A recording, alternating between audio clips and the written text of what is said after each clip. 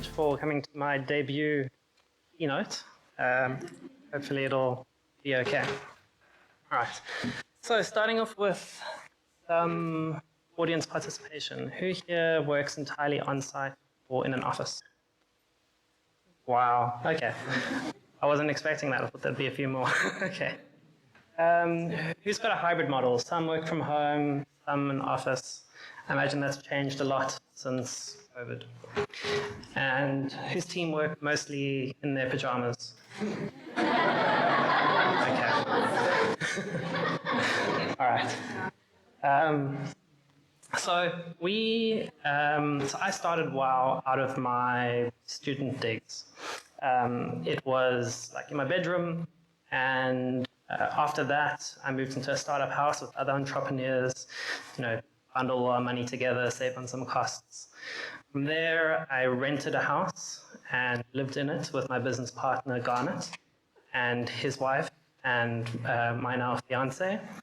And just want to say a special thank you to them for not leaving us during that time, especially when you came home after a long day of work and the house reeked because somebody exploded a fish in the microwave. I really appreciate. But in 2019, we finally got our first formal office, and that was a huge inflection point in our business, because there's something super tangible about having your first physical presence. It feels like you've made it, And so, even my mom, for example, she finally, when she came to see the office, she was like, you guys are a real business. You're not just like working online on your computer. It's the real thing. And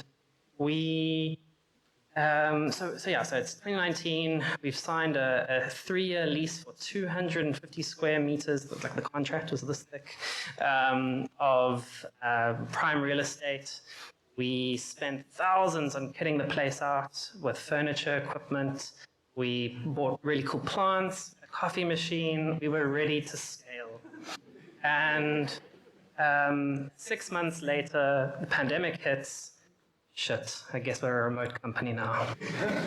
So, working remote has a lot of advantages, right?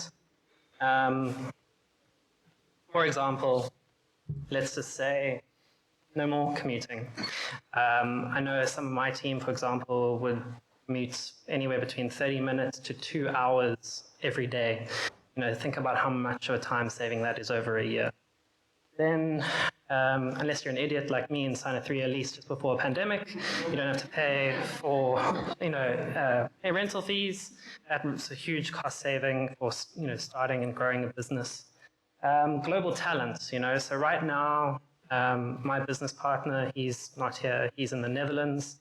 He was in Bali before that, in South Korea, traveling, and we're still able to work. We're also able to hire people. We've hired people from outside of Cape Town now, which wasn't previously possible. Flexible hours, think about how much extra time you now have in the day to be able to, run that errand. One of our employees likes to ride a horse, or spend time with the kids. And then no more office cold.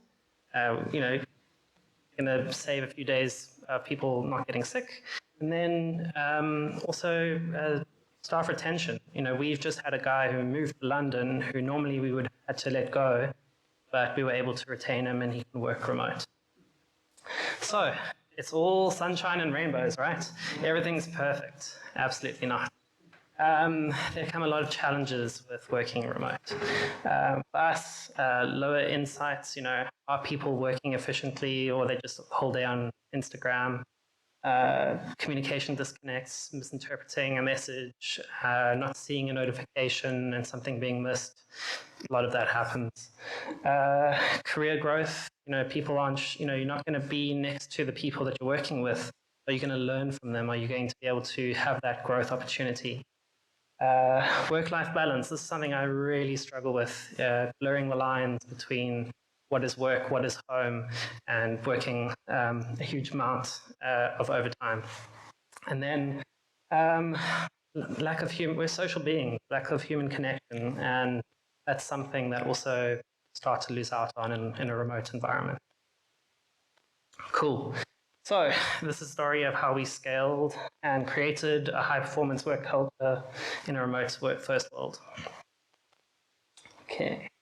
So who here, and Lo stole my thunder earlier, who here has intentionally created a culture? Okay, not too many. Well, hopefully this can be a goodie. So we also went through scaling up and we focused on the people section. And a large part of scaling up is focused on this concept of core values and a clear purpose.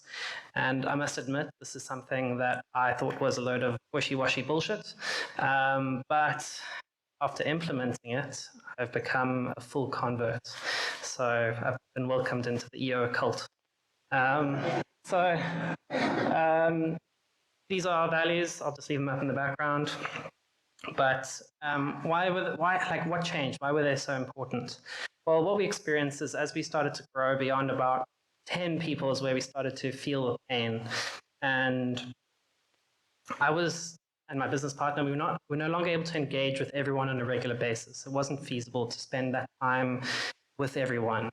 And because we were busy, we had meetings, clients, etc. So core values solved this pain point of being able to propagate our beliefs and our values to our team, and they could then spread it onto other team members as we grew. And so there's something incredibly powerful in that, because it allowed, we were getting frustrated with the decisions and the actions that people were making. They didn't really feel right, and we didn't know why. And then we created the core values, and it was like a light bulb gone on. And we could now trust in our team and our team's decisions. We gave them the agency to make those decisions, and it didn't matter if it was suboptimal, as long as it aligned with the value, it was the right decision. Okay. So, what else do we need to thrive? We needed to invest in the right technology. So we needed a way to coordinate everything. We needed a way for managing our work, and we used Asana for this. It was a great way to kind of delegate work, assign tasks, and keep deadlines, hold people accountable. We needed a way to keep everybody on the same page, literally, with document and file sharing, email. So we use Google Workspace for that. You can use whatever you want.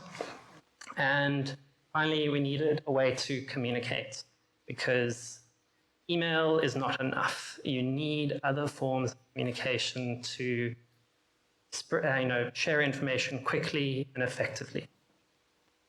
Okay. So, oopsie-daisy. How do we marry kind of tech and our core values together? Well, for us, it would take holding accountability is a huge component of scaling up, and by having our core value of complete ownership, we enabled our team to make decisions and then to be held accountable on those decisions.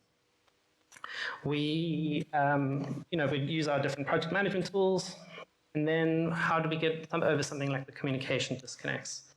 Well, remote work can sometimes lead to non-verbal cues being missed. The tone's not there. It's ambiguous, and this can slow down work and even lead to conflict. And I was unaware of the fact that I wasn't communicating very well.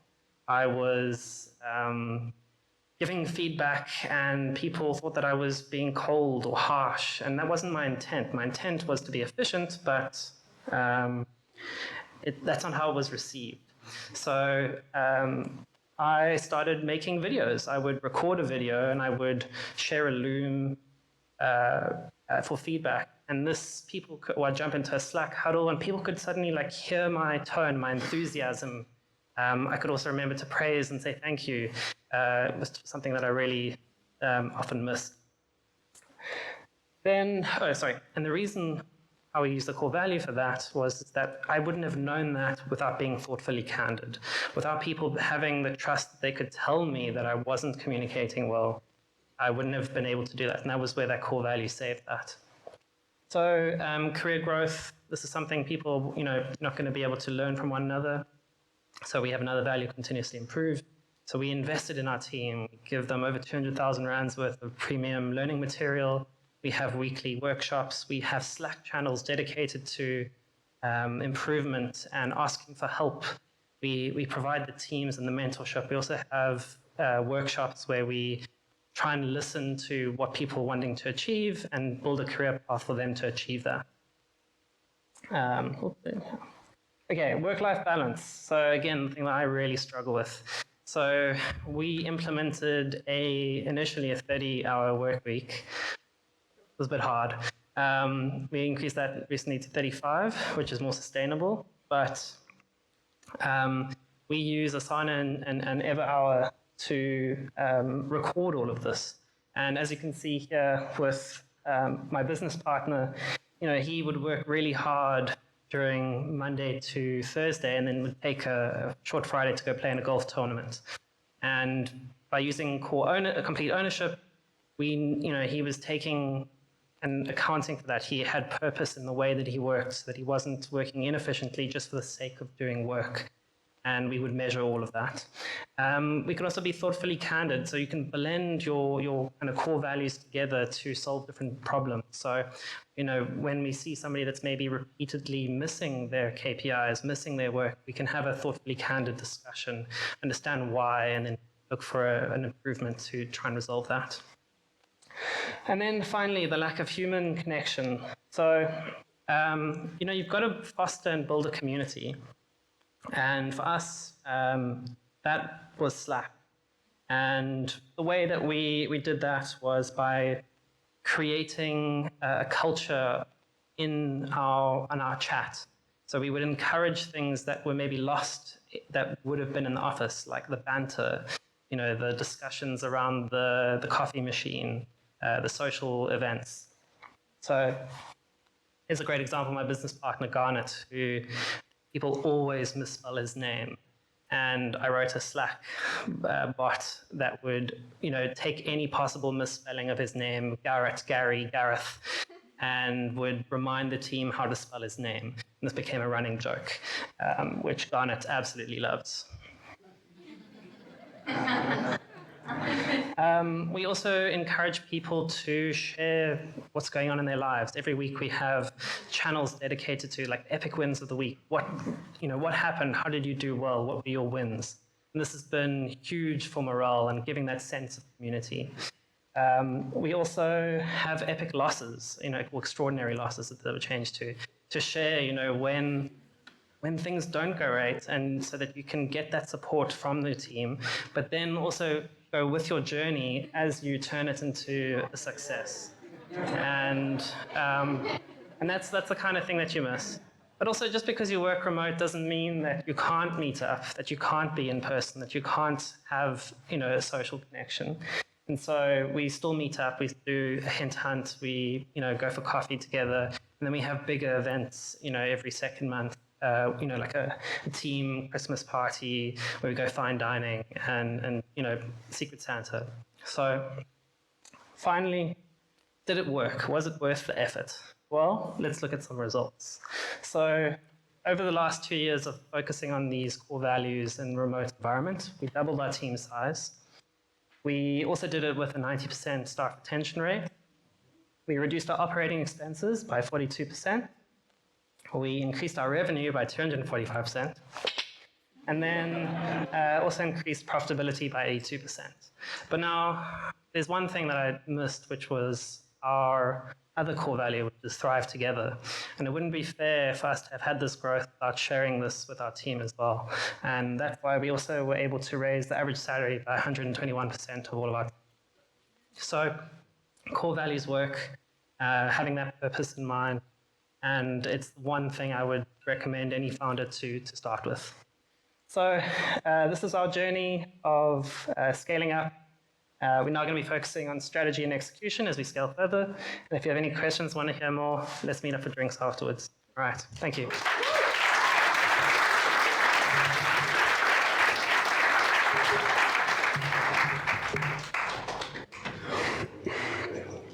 Thanks, Felix. You wouldn't say that was your first time. Incredibly good.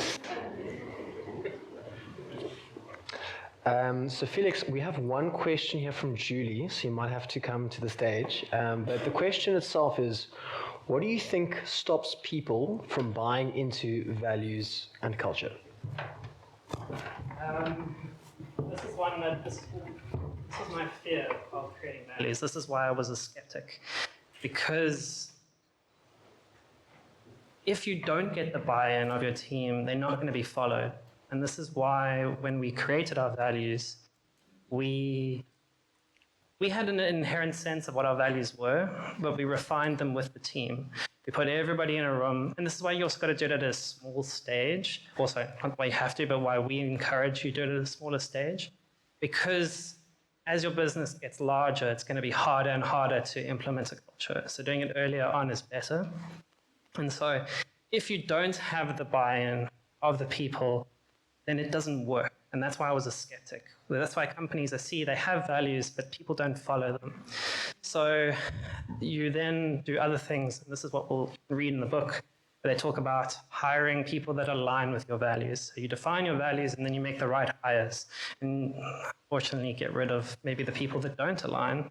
But it's a hard truth about how you get the right culture and make sure that that culture is maintained and curated. Anything else? Cool.